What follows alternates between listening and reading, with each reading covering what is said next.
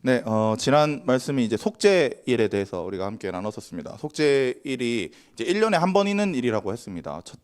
일곱째 달 14째 일에 있는 날인데, 이게 모든 죄를, 그러니까 숨겨져 있었던 찌든 때 같은 거죠. 찌든 때 같은 죄를 모두 씻는 것입니다. 그래서 이 날이 아주 무겁다라고 함께 나눴었고, 속죄일은 대제사장이 지성소에 들어가서 성소부터 지성소, 성소, 그다음에 성막들, 이 모든 것을 청소하는 과정이기 때문에 겸비해야 된다라고 했습니다. 겸손하고 낮은 자세를 취해야 된다라고 했습니다. 거룩하신 하나님 앞에 나아가는데 일단 교만한 자세로 나아간다는 건 이제 속죄일에서 속죄가 될 수 없을 뿐더러 모든 죄의 처리는 하나님께서 하시는데, 하나님 앞에 겸비하지 않는다면 요거는 이제 속죄할 수 없다고 말씀드렸고, 방금 말씀드렸던 것처럼 겸비는 겸손한 자세와 낮은 자세입니다. 그래서 하나님께 죄를 용서받는 상황에서 내가 겸비한 태도를 갖지 않는다면 요거는 큰 문제가 될 수 있다, 그런 거였고, 두 번째가 이제 영적인 영역을 정리해야 된다는 거였습니다. 지성소에서는 하나님의 임재에 대한 이야기였고, 휘장을 뿌린다고 했죠. 그러니까 하나님 관점에서 휘장이니까 동쪽이었으니까 휘장을 치린다고 했습니다. 피를 뿌린다 했습니다. 휘장을 청소하고, 성소에 있는 분향단, 떡상, 그다음에 금촛대 청소하고, 요거 그다음에 성막 안뜰에 있는 번제단을 씻는 거였죠. 요거는 각각 이제 기도, 말씀, 성령, 그다음에 하나님과 교제, 재심판 플러스 교제라고 했죠. 이런 것들을 다 씻겨 나간다고 해서 우리의 영적인 영역들이 무너져 있는데, 더러워져 있는데 그것을 씻는다고 말을 할 수 있는 거죠. 그래서 하나님은 만약에 이것들이 정리가 되지 않는다면 하나님께서 우리에게 임재하지 않으시고 영적인 백성으로서 아무것도 할 수 없다는 것이었습니다. 그래서 염소에 안수하고, 그다음에 이제 끊어진 땅으로, 끊어진 광야로 보낸댔죠. 독립돼서 절대로 돌아올 수 없는 곳까지 이 염소를 보내서 죄에 대해서 완전히 보낸다, 멀리 보내서 완전히 내가 가지고 있는 죄와 부정을 씻어낸다까지 가는 거였습니다. 이제 오늘 말씀이 하나님과 동행하는 자의 중요한 요소라고 할 수 있겠습니다. 뭐 예배 요소라고 할 수 있고, 예배자라면 갖추어야 하는 자세, 아니면 또 필요한 요소, 뭐 이렇게 표현할 수 있습니다. 여러분, 예배라는 말이 한자로 뭐게요? 압니까? 예배. 우리 예배 많이 하는데 예배를 한자로는 좀 잘 모르잖아. 근데 예배가 믿음의 대상에게 예의입니다. 예의를 갖추는 것을 예배라고 합니다. 그래서 믿음의 대상이 있어야 되고 예의를 갖춰야 되는 태도가 예배입니다.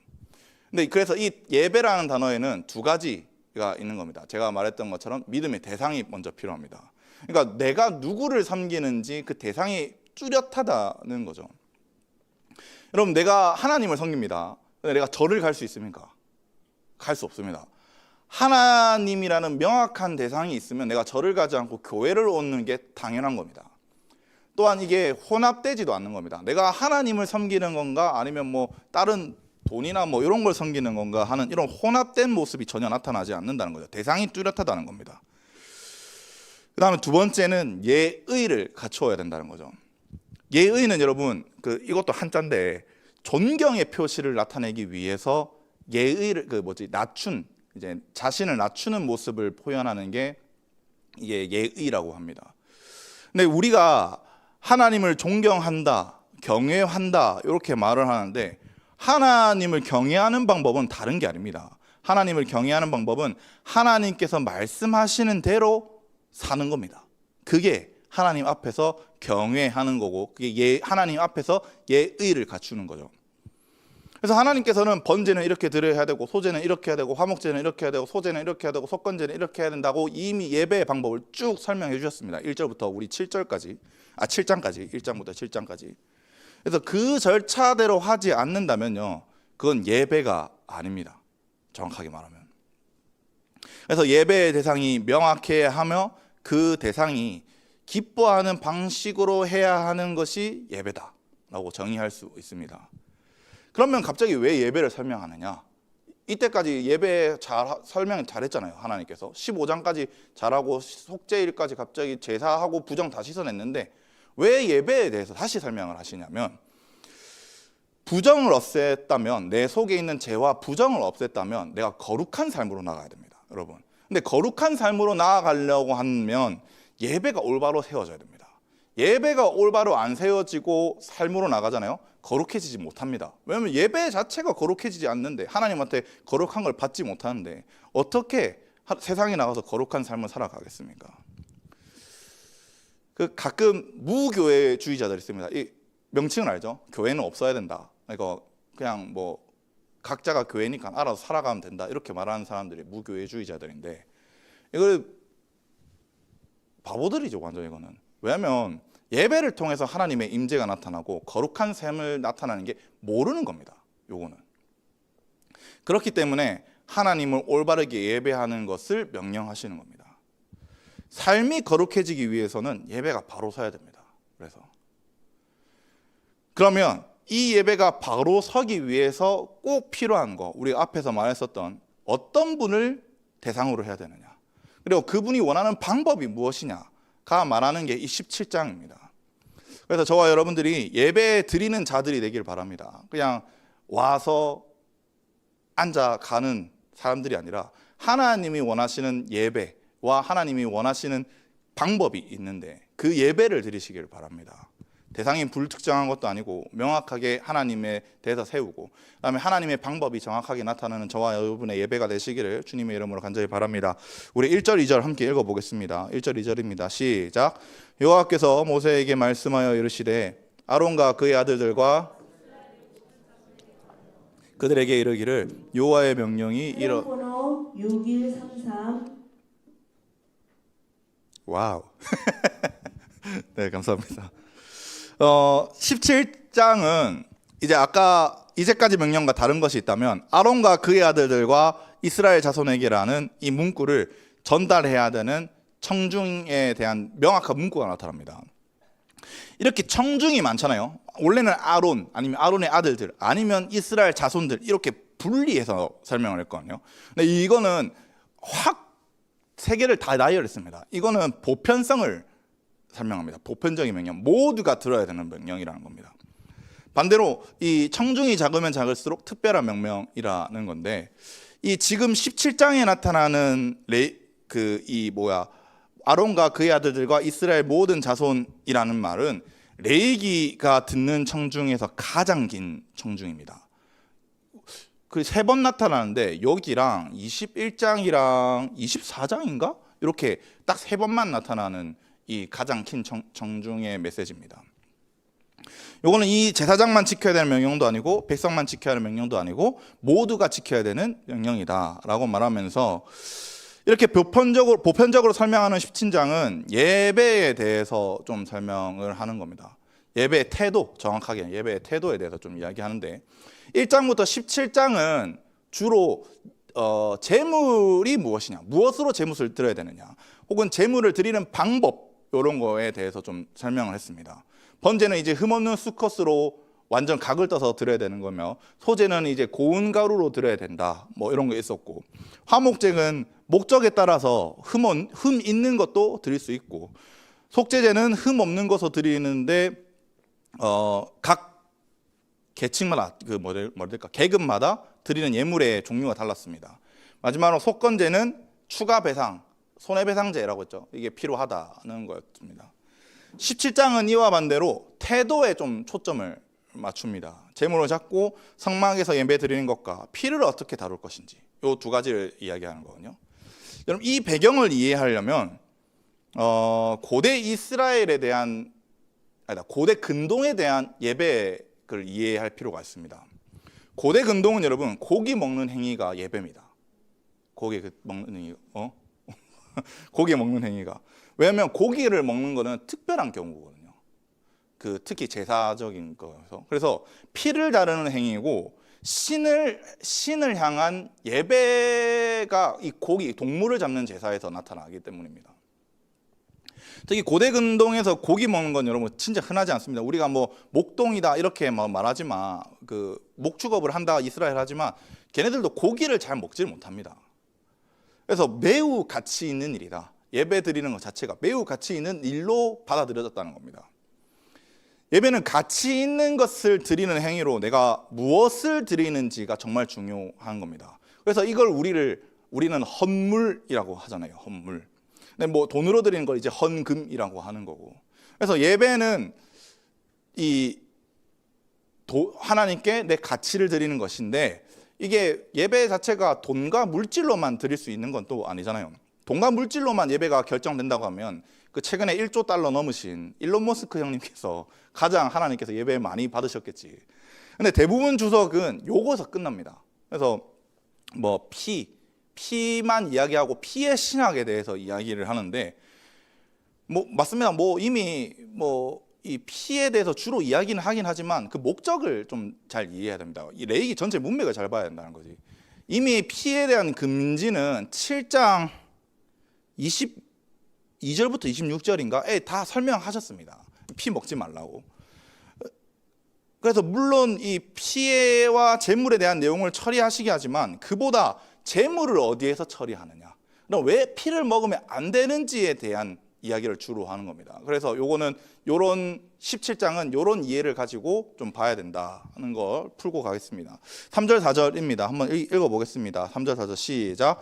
이스라엘의 집의 모든 사람이 소나 어린 양이나 염소를 진영 안에서 잡든지 진영 밖에서 잡든지 먼저 해막문으로 끌고 가서 여호와의 성소 앞에서 여호와께 예물로 드리지 아니하는 자는 피 흘리는 자로 여길 것이라. 그가 피를 흘렸은즉 자기 백성 중에서 끊어지리라. 첫 번째는 예배 장소에 대해서 설명하는 겁니다. 제물을 소나 양이나 염소를 가질 수 있다. 요거는 뭐 레위기 제사할 때 이 세 가지 종류로만 들고 있다고 설명드렸습니다. 그리고 그 제물을 진영 안에서 잡든 진영 밖에서 잡든 먼저 해막문으로 가지고 와라, 이렇게 말을 하는데, 이 잡다는 샤하트라고 해서 도축하다는 건데 제사용 도축을 말합니다. 제사는 제일 첫 번째로 해야 되는 게 목을 끊는 겁니다. 목을 끊고 나서 마디마다 다 각을 자르는 이 각 뜨는 거가 이제 제사용 도축 방법입니다. 그래서 이거는 오랜 시간을 필요로 한다라고 해서 시간과 헌신이 함께 필요합니다. 이 제사를 드리는 것 자체가. 그리고 나서 어떻게 해야 되냐면 진영 안에서든지 진영 밖에서든지 뭐 먼저 회막문으로 가지고 오라라고 말씀을 하는데, 이 개역개정은 여러분 진영 안에서 잡아도 되고 진영 밖에서 도축을 하도 상관없는데 회막으로 무조건 가지고 와라라고 번역하는 느낌이거든요. 근데 요거는 5대 제사에서 우리가 살펴봤지만 제물은 어디서 잡아야 됩니까? 성막에서 북쪽에서 잡아야 됩니다. 무조건 그 넓은 공간 성막들에서 북쪽에서만 잡아야 되는데, 요렇게 말하면 성막 5대 제사 위반입니다. 이렇게 번역을 하면. 진영 안과 진영 밖은 여러분 성막이 아니잖아요. 그래서 제물은 반드시 성막에서 잡아야 되는데 성막 외부에서 잡은 것은 하나님께서 시체로 간주하겠다고 말씀하셨거든요. 여러분 시체는 하나님께 드리지 못합니다. 왜 드리지 못하냐면, 제사를 드리지 못하냐면 그 시체는 이미 죽었기 때문에 생명이 없습니다. 피의 근원이 생명인데 생명이 없기 때문에 하나님께서 이 생명을 통해서 대속을 하시는데, 이미 생명을 잃었는데 어떻게 대속을 하시겠습니까? 그리고 내용뿐만 아니라 이게 번역 자체가 좀 잘못된 게, 히브리어 구문적으로 이건 동시적 번역을 해야 됩니다. 어떻게 해야 되냐면 소, 양, 염소를 잡기 전에 진영 안에서나 진영 밖에서나 해막문으로 끌고 와라고 번역하는 겁니다. 그러니까 잡고 오는 게 아니라 끌고 와서 잡아라고 말을 하는 겁니다. 즉 하나님께 예물을 드리려면 진영 밖이든 아니든 무조건 들고 와라. 성막 안에서 끌고 와서 잡아야 된다는 걸 말씀합니다. 그리고 만약에 여호와께 예물로 드리지 않는다면, 그러니까 성막에서 이걸 제대로 잡지 않는다면 하나님께서 말씀하신 예배 장소에서 잡은 게 아니다, 하나님께 예배를 올바로 드리는 게 아니다 라고 설명을 하는 거죠. 그래서 하나님께서는 오직 성막에서만 드리는 예배, 제물만 예배라고 받으시는 겁니다. 왜냐하면 하나님께서 성막에서 임재하셔서 성막에서 드리는 제사만 받으시기 때문에. 그러니까 성막의 임재가 중요한 거죠. 임재가. 만약에 성막이 아닌 다른 곳에서 제의용 도축을 했다면 어떻게 하냐면 피 흘리는 자로 여길 것이다 라고 말을 하죠. 히브리어로는 그 피가 그 사람에게 전가될 것이다라고 말합니다. 그러니까 전가된다는 것은 그 사람에게 피 흘리는 책임을 넘긴다는 겁니다. 네가 피 흘리는 잘못이 있다라고 아예 정죄를 하신다는 거죠, 하나님께서. 이 피 흘림에 대한 책임은 뭐냐면 창세기 9장 4절부터 6절에 나타나는 살인에 대한 피 흘림, 똑같은 말이거든요. 그래서 재물을 올바른 장소에서 사용하지 않는다면 피 흘리는 자, 살인하는 자처럼 여기겠다고 설명하는 겁니다. 창세기 9장에서 하나님께서 사람의 피를 흘리는 자라면 사람이든지 동물이든지 다 그 피를 갚겠다. 살인하는 자는 누구든지 그를 찾아가서 피의 값을 되묻겠다라고 말씀하는 거거든요. 그래서 4절에서 말씀하는 것은 피 흘렸다. 요거는 예배 장소에서 들리지 못하는 거는 다 살인하는 자다라고 표현을 하시는 겁니다. 좀 강하게 표현하시는 거죠. 또한 에스겔서에서 이 피 흘린 것은 뭐 우상 숭배, 성적 타락, 그다음에 윤리적 잘못 이런 것까지 다 포함합니다. 그냥 아예 죄인으로 취급하시겠다 설명하는 겁니다. 그 이유가 뭐냐면 이 11절에 보면 육체의 생명은 피에 있기 때문이다라고 하는 것처럼 피가 생명의 근원이고 대속의 근원을 속죄의 근원을 할 수 있기 때문이라고 설명합니다. 그 생명을 예배가 아닌 다른 곳에서 희생했다면 중죄로 보신다. 그러면 이러한 자들은 어떻게 되냐면 백성 중에서 끊어지리라가 되는 거죠. 이 끊어진다는 건 히브리어로 카라트고 자른다는 개념이 있습니다. 자르다는 뜻입니다. 근데 이게 수동형으로 있어서 하나님께서 자르신다는 겁니다. 이 카라트는 카라트의 심판을 받는다, 끊어진다, 백성 중에서 끊어진다. 이 심판은 언약 백성에서 끊겨지는 걸 말을 합니다. 첫 번째 총 4가지 경우로 설명하는데 첫 번째는 언약 공동체에서 제명돼서 추방되는 거, 이스라엘 안에서 살 수 없다는 걸 말합니다. 그다음 두 번째는 잃은 죽음입니다. 그냥 단명한다는 거죠. 내가 원래 80세까지 살 수 있었는데 갑자기 무슨 사고로 뭐랄까 한 60세 이렇게 죽어버린다. 이러면은 이게 하나님께서 제한하신 수명이 아니니까 빨리 죽는다는 걸 말하는 거죠. 그 열왕기에서 우리 열왕기 하고 있잖아요. 열왕기에서 악한 왕들이 일찍 죽잖아요. 그게 이런 이유인 겁니다. 언약 백성에서 제거된 겁니다. 그래서 이럴 때마다 의심은 하게 됩니다. 얘가 진짜 하나님 백성인가 아닌가에 대해서 볼 때 대부분은 이 근거는 요로 보면은 이 언약 백성이 아니다라고 보아야 됩니다. 세 번째는 이제 후손이 끊긴 것을 말하는데 호세아서 9장 10절부터 17절에는 이 대표적으로 자식을 끊습니다. 태를 못 낳게, 임시 출산을 못하게 하고, 두 번째가 먼저 낳은 자식이 있으면 부모보다 먼저 죽이는 거를까지 가는 게 이 언약 백성 카라트의 심판 중에 하나인 겁니다. 그럼 마지막으로는 가문의 묘실에 장사되지 못하는 것까지 되는 겁니다. 요거는 이스라엘 문화는 무덤이 하나입니다. 그래서 무덤 한 곳에만 묻혀야 되는데 그곳에 묻히지 못했다는 것은 하나님 백성, 언약 백성이 되지 못하는 걸 아예 상징을 하기 때문에 뭐 그렇게 이해하면 될 것 같습니다. 요거 민수기 할 때 한번 이야기했던 것 같은데, 그러면서 이스라엘 백성은 이제 어떻게 예배 드려야 하냐면 5절부터 7절입니다. 5절 7절 한번 읽어보겠습니다. 시작.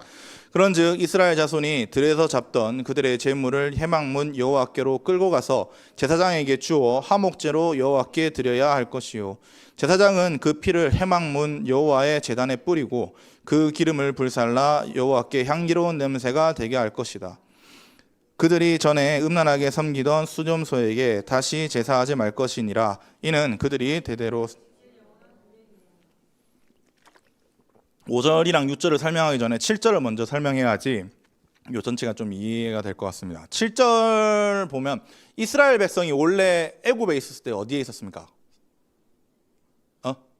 네, 고센 땅에 있었습니다. 이 고센 땅 근처에 멘데라라는 성이 있습니다. 멘데라.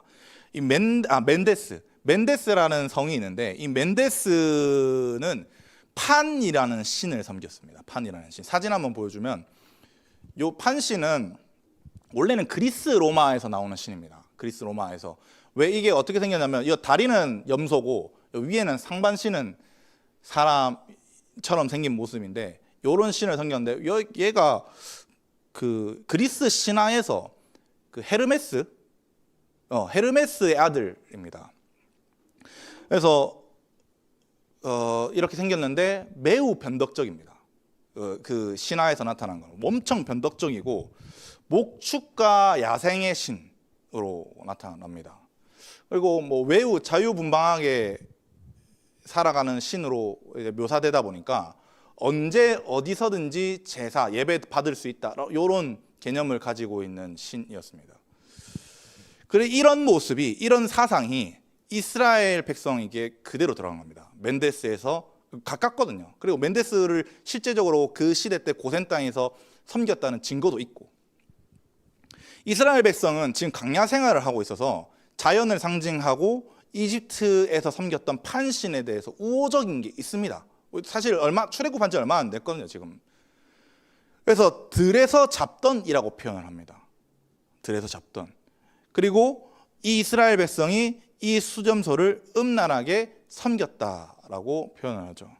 이 음란하다가 히브리어로 자나인데 자나가 아니라 미안 음행을 저지른 것을 넘어서 우상 숭배까지 나는 거를 말합니다.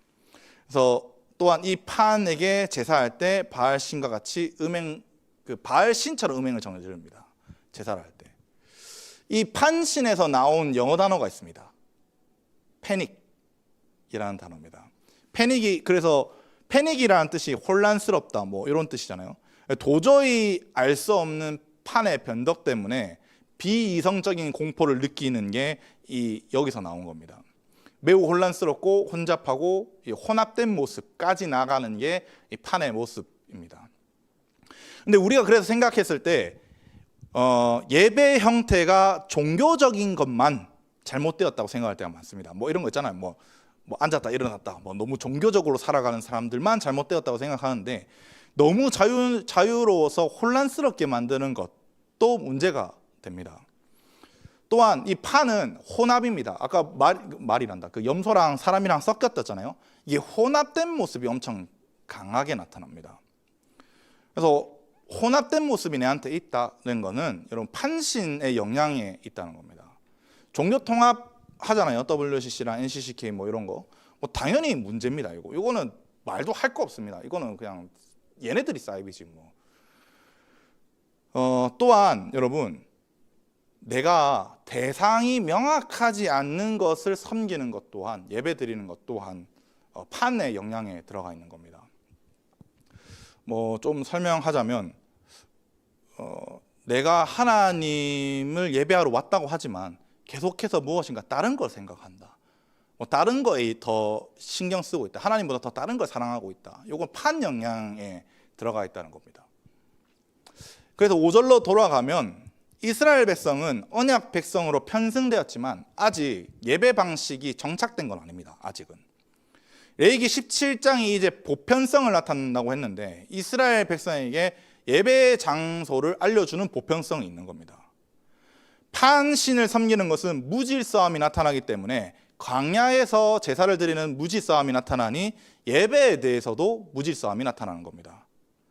성막이 막 만들어지는 이 당시까지 이스라엘 백성은 성막으로 제사를 하는 것이 아니라 광야에서 무질서하게 자기들 마음대로 예배를 드렸다는 겁니다. 제사를. 이 무질서함이 하나님께 예배 드리는 것인지 판에게 예배를 하는 건지 혹은 다른 신에게 예배를 하는 건지 구분할 수가 없는 거죠. 혼돈인 거지. 혼란, 패닉인 거지. 완전 패닉 상태인 거지. 특히 고대 근동은 여러분 그 신이 영역이라는 게 있습니다. 영역.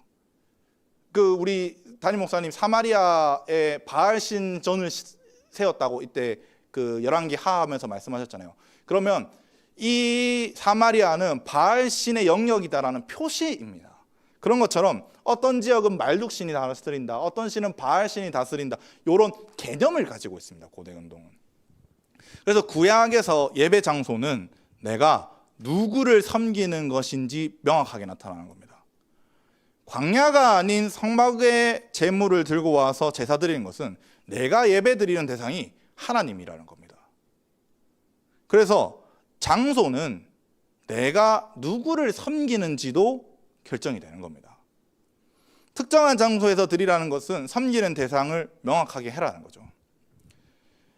이스라엘 백성이 원래 처음부터 올바른 예배 자세를 가진 게 아닙니다. 이제 막 세워지는 거니까. 이들은 하나님을 섬기는 것에 대해서 혼란이 있었습니다. 혼란이.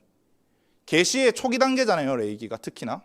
그렇기 때문에 이 영이신 하나님을 섬기는 것과 그분을 특정화해서 좀 섬기는 것 자체가 좀 어렵습니다. 예, 계시의 초창기 우리 초신자한테 막 이야기해도 어렵잖아요. 영적인 걸 이야기해도. 그렇기 때문에 이스라엘 백성들에게 장소를 명확하게 하는 것은 섬기는 대상을 명확하게 하는 겁니다. 여러분, 베드로가 예수님을 이렇게 하잖아요. 마태복음 16장에서 주는 그리스도시요 살아계신 하나님의 아들이십니다 라고 고백을 하잖아요. 그게 가이사랴 빌립보에서 했는데, 가이사랴 빌립보의 주신이 뭔 줄 압니까?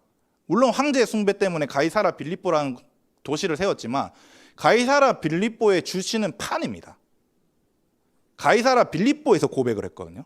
무슨 말이냐면 혼합과 혼란과 이런 갖가지 우상과 황제 숭배가 가득한 그런 곳에서 베드로 고백은 일반적인 고백이 아니라 유일시 사상을 명확하게 나타내는 고백이었습니다.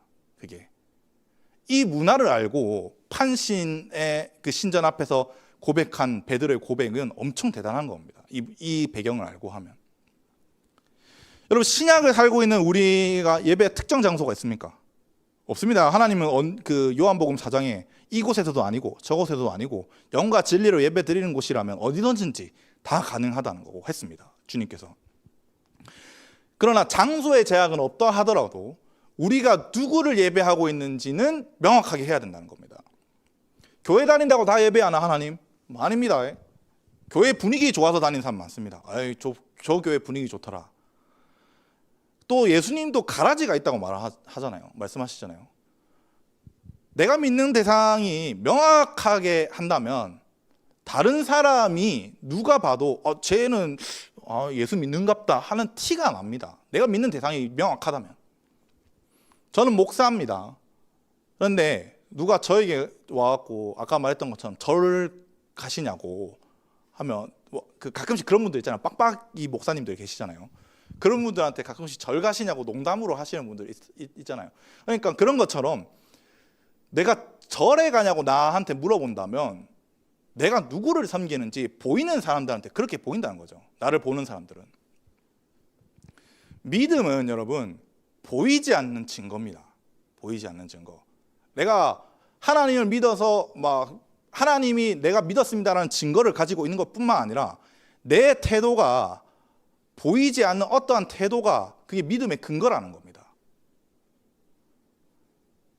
내가 교회를 다니는지 절을 다니는지 성당에 다니는지 명확하게 보이지 않는다면 여러분 그거는 내가 섬기는 대상이 명확한 게 아닌 겁니다. 그냥 이것도 섬기고 저것도 섬기고 이렇게 하는 거지. 혹은 내가 무늬만 하나님을 섬길 수도 있습니다. 교회는 다니지만 삶에서 하나님이 드러나지 않고 돈이 드러나고 이성이 드러나고 이런다면 이게 어떻게 하나님을 섬기는 겁니까? 이게 내가 만든 우상이지. 그게 판이지, 판. 8절과 9절은 이제 그 하나님을 섬겨야 하는 대상을 좀 설명하는데 이스라엘 집과 거류민입니다. 이스라엘 집은 야곱의 12아들의 직계 혈통을 이야기하는 거고 거류민은 누구든지 다 이야기를 하는 겁니다. 근데 조건이 있습니다. 제물을 드리는 지금까지 드리는 제물들은 명확한 대상이 필요한다는 거죠. 성막에 들고 와야 되니까. 그리고 그 성막으로 가져오지 않는 자들은 하나님께 예배를 드리지 않는 자들이며 그리고 백성 중에 끊어진다는 겁니다. 이제부터는 이제 17장 이후로부터는 광야에서 예배 드리는 거 금지. 이 중앙 성소화를 명확하게 하시는 겁니다. 여기까지가 이제 믿음의 장소이자 대상에 대한 말씀이라면 10절부터 16절은 피에 대한 말씀입니다. 요거는 이제 하나님을 대하는 태도, 를 이야기하는데 먼저 10절부터 12절 한번 읽어보겠습니다. 10절부터 12절입니다. 먼저 10절입니다. 시작. 이스라엘 집 사람이나 그들 중에 거류하는 거류민 중에 무슨 피를 먹든지 먹는 자가 있으면 내가 그 피를 먹는 사람에게는 내 얼굴에 대하여 그 백성 중에서 끊으리니 육체의 생명은 피에 있음이라. 내가 이 피를 너희에게 주어 제단에 뿌려 너희의 생명을 위하여 속죄하게 하였나니 그러므로 내가 생명은 피에 있으므로 피가 죄를 속죄하느니라. 12절. 그러므로 내가 이스라엘 자손에게 말하기를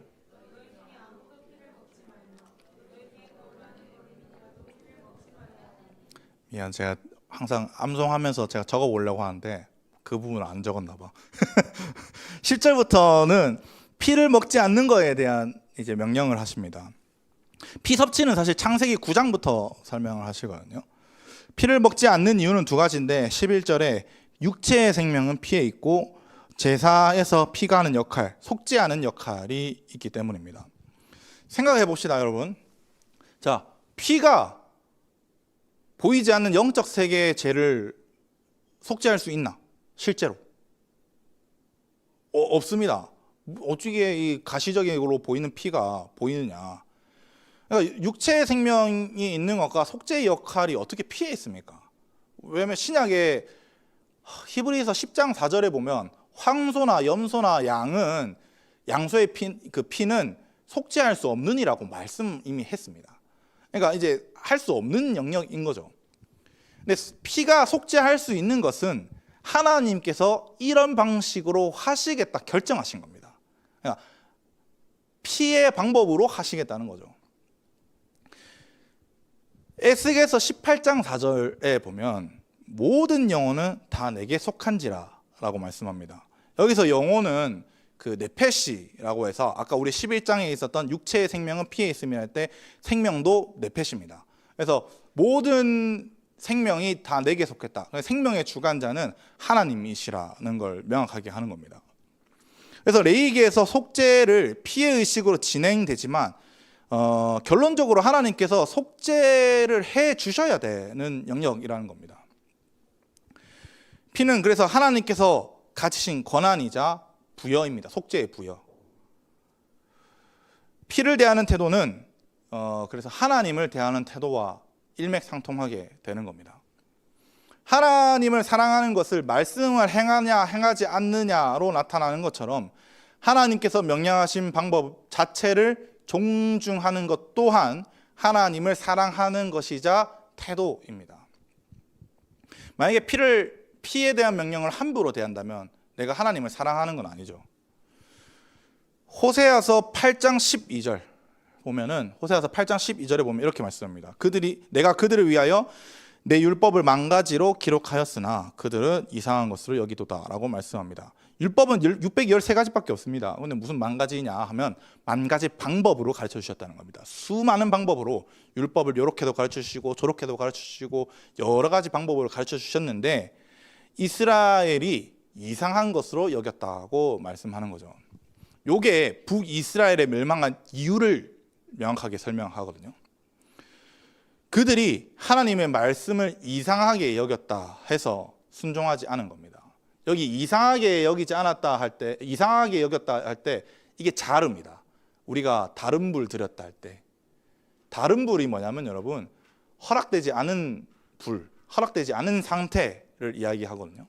그러니까 하나님께서 허락하지 않은 것을 들고 왔다는 것은 하나님을 무시할 때 하는 행동입니다. 우리 10장 할 때 나눴잖아요. 그래서 우리가 피를 함부로 대하는 태도는 뭐냐? 지금은 아닙니다. 지금 구약시대 때 말하는 겁니다. 그래서 이걸 피를 대하는 태도는, 함부로 대하는 태도는 하나님의 말씀에 대해서 함부로 대하는 태도가 되는 것이며, 그것은 하나님에 대해서 불법적인 행동을 하는 것이고 하나님 무시하는 행동이다라는 겁니다. 그래서 10절을 보면 무슨 피든지 먹는 자가 있으면 내가 그 피를 먹는 그 사람에게는 내 얼굴을 대하여 그를 백성 중에서 끊으리니 라고 말씀하는데, 여기서 내 얼굴에 대하여는 직역을 하면 내 얼굴을 그들에게 줄 것이다 라고 됩니다. 근데 이 내 얼굴을 줄 것이다는 구약 성경 전체 이 본문을 포함해서 총 6번 나타나는데 모두 6번 모두 하나님께서 대상자에게 적대감을 품을 때 쓰는 말입니다. 하나님, 여러분 적대감 언제 나타납니까? 내가 사랑하는데 적대감을 할 수 없잖아. 미워하는 대상, 내 원수, 대적, 우리의 주적 이런 것들한테 나타나는 거잖아. 주적들. 하나님은 피를 마시는 자를 어떻게 생각하냐면 원수 삼는다, 대적이다, 주적으로 삼겠다 하시는 겁니다. 왜? 하나님을 무시했으니까. 이게 그래서 피를 함부로 사용한다면, 피에 대해서 하나님의 말씀을 어긋나면 백성에서 끊어진다는 거거든요. 근데 아까 끊어진다 4절에서 봤잖아요. 수동태로 끊어지는 건데 여기서는 히필령으로 사역형이 되어 있습니다. 사역이 뭐냐면 하나님께서 시키신다는 겁니다. 앞에 거는 하나님이 직접 그렇게 내시는데 이번 거는 하나님께서 시키신다는 겁니다. 누구한테 시키시냐면 레위기 26장 17절. 레위기 26장 17절 한번 볼까요? 여기 보면 내가 너희를 치리니 너희가 너희의 대적에게 패할 것이요 너희를 미워하는 자가 너희를 다스릴 것이니라.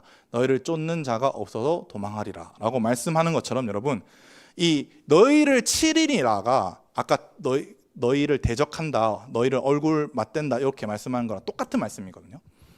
이게 무슨 말이냐면 하나님께서 대적을 들여서 치신다는 겁니다. 뭐 이스라엘로 치면, 유다로 치면 아수르, 아람, 바벨론 이런 것들을 들어서 하나님께서 치시게 만들겠다는 겁니다. 그래서 이 피를 어떻게 활용해야 하냐면 11절에 내가 이 피를 너희에게 제단에 뿌려 너희의 생명을 위하여 속죄하게 하였나니 라고 말씀하는 것처럼 피는 속죄를 위해서만 제단에서 사용해야 된다는 겁니다. 앞서 말씀드린 것처럼 피가 속죄의 능력을 가진 건 아닙니다. 그런데 봉헌자의 하나님을 향한 마음과 바른 태도가 갖춰진 상태에서 바르게 드려진 제물의 피를 통해서 속죄하는 겁니다. 그렇기 때문에 하나님이 원하는 방식으로 예배 드리는 것이 당연하다는 거죠. 모든 예배를 받으시느냐? 아닙니다. 절대 모든 예배 받으시지 않습니다. 주일에 많은 예배가 드려진다고 해서 그게 다 하나님께서 기뻐하시는 예배는 아닌 겁니다. 하나님께서는 기뻐하시는 예배가 따로 있습니다. 반대로 하나님께서 가증히 여기시는 예배가 따로 있습니다. 하나님은 사람의 의를 드러내는 예배를 가장 싫어하십니다. 누가복음 18장에 그 바리새인의 기도와 세리의 기도가 있습니다. 바리새인이 뭐라고 기도합니까? 주님, 나는 저 세리보다 의롭습니다. 그러니까 아시죠? 내가 저 사람보다 의로운 거. 내 잘했죠? 이런 기도 하나님 진짜 가증하게 보시거든요. 예배도 마찬가지입니다. 내가 다른 것보다 낫다고 하는 그 가증한 태도, 그거는 하나님께서 받으시지 않고 가증한 예배로 보시는 겁니다. 남을 정죄하고 높이는데, 자기를 높이는데 어떻게 그게 기뻐하는 예배입니까?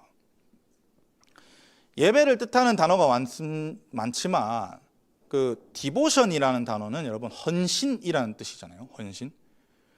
하나님 앞에서 자원하는 마음으로 개인이 예배와 기도를 드렸을 때 이 표현하는 단어가 디보션입니다. 하나님께서 기뻐하시는 예배는 여러분 하나님을 경외하는 마음과 자원하는 마음으로 나오는 상태, 이 마음 상태, 이 태도를 보시는 겁니다. 오늘날은 이런 상태가 점점 줄어드는 것 같습니다. 점점 사라지는 것 같다. 하나님한테 자원하는 마음, 이런 게 디보션이라는 마음. 옛날에 이게 여기서 모태신앙이신 분들 계시겠는데 저는 어릴 때 부산에서는 대한수도원이라는 데가 있습니다. 거기는 월화수목금토만을 예배 드립니다. 몇 시에 드렸지? 먹고 점심을 먹었으니까 아마 한 10시인가 드렸었고 주일은 각자 교회 가고 이렇게 드렸어요. 월화수목금토 이렇게 예배를 드렸었는데 거기 바글바글 했습니다. 진짜. 근데 최근에 그 기도원이 없어졌더라고. 가봤는데. 그 다음에 그 양산에 있는 기도원 이름 뭐였지? 그 엄청 유명한데 무슨 그 감린산 기도원. 여러분 감림산 기도원 옛날에 어느 정도로 유명했냐면 소방서에서 전화가 왔습니다. 산불을 났다고. 가보니까 사람들이 너무 기도가 뜨거워서 봤는데 성령의 불이 내려지는 게 산이 불타는 것처럼 보일 정도로 엄청 유명한 기도원이었습니다.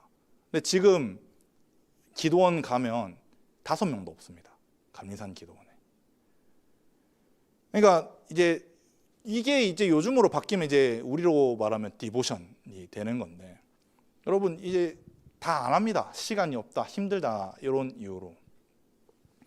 여러분 이게 착각입니다. 진짜 착각입니다. 예배와 헌신은 여러분 나의 가장 귀한 걸 드리는 시간입니다. 자, 퇴근했습니다. 요즘에 유행하는 드라마가 뭐가 있을까? 아무튼 그런 거 보면서 디보션 할 시간 없다. 참교육. 그래. 참교육 보면서 예배할 시간 없다. 디보션 할 시간 없다. 그건 하나님에 대한 가장 귀한 것을 드리는 게 아닙니다. 여러분, 내 자랑하는 게 아니라 내가 나도 육아한다고 시간 없습니다. 근데 나는 아내한테 미안한데 아내한테 다 던지고 왜 말씀만 보고 내 기도 시간을 챙기냐면, 물론 와이프 시간도 챙겨줍니다. 괜히 말할까. 왜 하냐면 여러분, 아기를 보는 것보다, 그리고 같이 아이와 예배하고 말씀을 읽고 이렇게 하는 이유가 뭐냐면 하나님한테 나의 가장 귀한 것을 드리기 위함입니다. 시간이 없다고 말하면서 하나님께 헌신하지 않는 것과 힘들다고 헌신하지 않는 것은 여러분, 하나님보다 나를 더 높게 생각하기 때문입니다. 진짜 시간 없나? 여러분 한번 진짜 가슴에 손 얹고 생각해 보면 진짜 내가 시간이 없어서 예배를 안 드렸는가 하면 대부분 아닐 거라 생각합니다. 진짜로. 시간이 있지만 내가 우선이고 하나님이 뒷전인 거지. 근데 그걸 내 이제 직장과 워라벨이 내 신앙의 워라벨까지 들어오게 된 거지. 이게 여러분 판의 영역이 이런 영역까지 들어가는 겁니다. 혼란하고 혼잡하고 신앙이 대상이 명확하지 않는 거. 13절부터 16절은 이제 사냥한 고기를 먹는 것과 죽어 있는 고기를 먹는 문제에 대해서 이야기를 합니다. 먼저 13절, 14절이 이제 사냥한 고기를 이야기하는데, 사냥했다면 살아있는 짐승을 잡았다는 겁니다. 그리고 흠 있는 짐승이 아니니까 하나님 앞에 들어올 수는 없습니다. 근데 요거는 식용 목적으로 잡았다는 거죠. 그럼 어떻게 해야 되냐면 피를 먹으면 안 되잖아. 그래서 어떻게 하냐면, 여기서는 구체적으로 설명하지 않지만 이 유대 문화에서는 꼬챙이에 꼽습니다. 다 벌리고 피를 완전히 다 뽑습니다. 피를 완전히 다 뽑아서 그 다음에 내장도 다 꺼내서 근육을 며칠 동안 말린 다음에 먹습니다. 이렇게만 먹는 게 가능하다고 이야기하는 겁니다. 사냥한 짐승은 그 목적성이 고기를 먹는 것이라도 피를 먹지 않도록 조심해야 된다는 걸 말합니다. 왜? 하나님께서 그렇게 결정하셨고 하나님께서 그것을 나를 대하는 태도로 보셨기 때문입니다. 그래서 우리는 그 방법을 존중할 수밖에 없다. 만일 피를 먹는다면 그 사람은 백성 중에서 끊어질 것이다. 그래서 내가 하나님에 대한 존중의 태도가 필요한 거죠. 이런 고기 먹는 부분은 여러분 그 대부분 삶의 일상을 이야기하잖아요. 그러니까 사냥한 고기를 먹는 것이 개인의 사생활, 사적인 영역인데 그 부분까지도 내가 하나님에 대한 존중, 그 다음에 하나님의 방법에 대한 존중, 하나님의 명령에 대한 그 살아가는 방법을 그대로 따라가는 것이 중요하다는 겁니다. 이것은 기독교인들에게 삶의 영역에서 하나님을 우선시하는지 상황을 우선시하는 문제와도 같습니다. 직장이나 학교에서, 여러분 고등학생은 없으니까 대학교 가면 뭐 술 권하는 사람들 많을 거잖아요.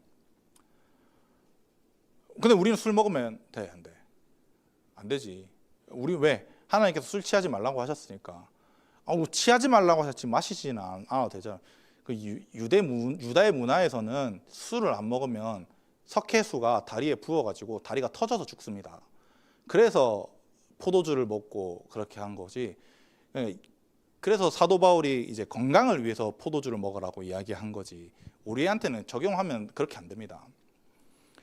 우리는 하나님을 존중하니까 술을 안 먹는데, 만약에 그 권하는 술을 먹었다, 그러면 이건 두려움의 대상이 내 직장 상사나 선배냐 하나님인지 명확하게 보이는 겁니다. 하나님을 존중하는 태도라고는 할 수 없습니다. 그다음에 마지막으로 15절 16절은 이미 죽어있는 짐승에 대한 시체의 규정인데, 요거는 이제 길 지나갔을 때 시체가 이미 있거나 그 고기를 먹는 것을 이야기합니다. 이 고기를 먹었을 때는 그냥 정결의식만 치르면 됩니다. 이미 죽어있는 것들은 길 지나가다 우연히 본. 왜냐하면 요거는 죽은 지 오래기 때문에 피가 이미 굳었고 생명이 이미 빠져나가 있는 상태입니다. 왜 그 앞에서는 피를 다 빼서 고기를 먹어야 되냐면, 생명의 근원이 피에 있기 때문에 피를 빼서 안 먹는다면, 피와 함께 먹는다면 그것은 이제 내가 하나님 앞에서 끊어지는 일을 한 건데, 얘는 이미 죽어 있잖아요. 생명이 이미 빠져나간 상태입니다. 생명이 자체가 얘한테 시체에는 없는 겁니다. 그렇기 때문에 그냥 부정한 짐승을 먹었을 때, 시체를 먹었을 때 먹는 정결의식만 치르면 된다고 하는 게 요 말씀입니다. 그래서 피는 하나님에 대한 태도를 나타내고, 하나님 말씀에 어떠한 태도를 취하고 있는지, 하나님에 대해서 거룩한 산 제물에 헌신을 하고 있는지 등 하나님께서 기뻐하시는 방법으로 존중하고 있는지에 대한 말씀이 이 10절부터 16절까지 말씀입니다. 오늘날 예배는 많이 자유와 혼돈이 좀 섞여 있습니다. 제가 몇 년 전에 봤는데 대형교회 청년부 공식 예배 시간, 공예배 시간 홍보물이었고, 실제로 그렇게 했습니다. 이 싸이 흠뻑쇼 있잖아요. 싸이 흠뻑쇼를 생각하고 예배 강대상 여러분들과 저의 사이에 여기 있잖아요. 여기에 이제 비닐막, 저기서부터 끝까지 다 비닐막을 씁니다. 그 다음에 이 의자를 다 치우고 물총놀이를 했답니다. 목사는 여기서 설교를 하고 있고. 그게 이게 농담을 말하는 게 아니라 대형교회입니다. 여러분들이 들으면 알만한 대형교회 이름입니다. 거기서 강대상 사이 비닐을 막고 EDM 음악을 틀면서 물총놀이를 했다가 청년부 예배 공예배 시간이었습니다. 우리로 치면 이 시간에 그렇게 했다고. 사이코지. 여러분, 많은 사람들이 그 사람들이 말하는 목적이 뭐냐? 왜 이렇게 했냐? 이게 무슨 예배냐 했을 때 전도가 목적이라고 이야기를 했습니다. 근데 그게 과연 하나님께서 원하시는 전도 방법이고 하나님께서 원하시는 예배였을까 한다면 절대로 아닙니다. 물총놀이가 나쁘다는 게 아닙니다. 나도 물총 좋아합니다. 얼마든지 할 수 있죠.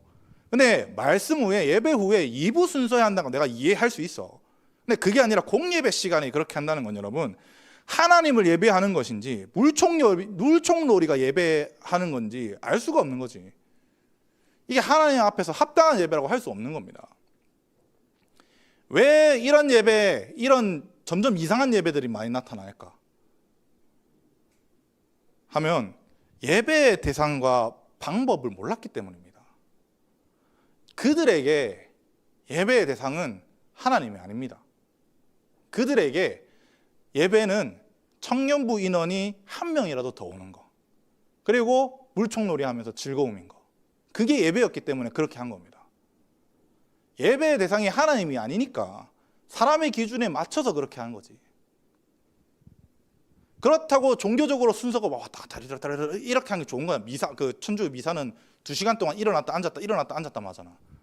그게 좋은 거냐? 그것도 아닌 겁니다. 그렇게 형식적으로 갖춘다고 해서 하나님 앞에서 하나님이 기뻐하시는 것도 아닙니다. 또한 종교적인 형태가 대상이 되며 자기 의를 높이는 바리새인과 같은 예배가 돼서도 안 되는 겁니다. 이런 잘못된 예배를 방지하는 것은 딱 하나, 내가 누구를 예배하는지 알아야 합니다. 내가 누구를 예배하는지. 여러분, 하나님을 예배하시기 바랍니다. 그리고 그분이 명령하신 방법으로 예배하시기 바랍니다. 하나님이 정하신 방법이 무엇인가요? 1장부터 7장에 싸그리 다 적혀 있습니다. 다 말씀드렸습니다. 제가 1장 여러분 잘 느끼셨는지 모르겠는데 제가 8장 설교할 때 아유 힘들었다라고 했던 거 기억납니까?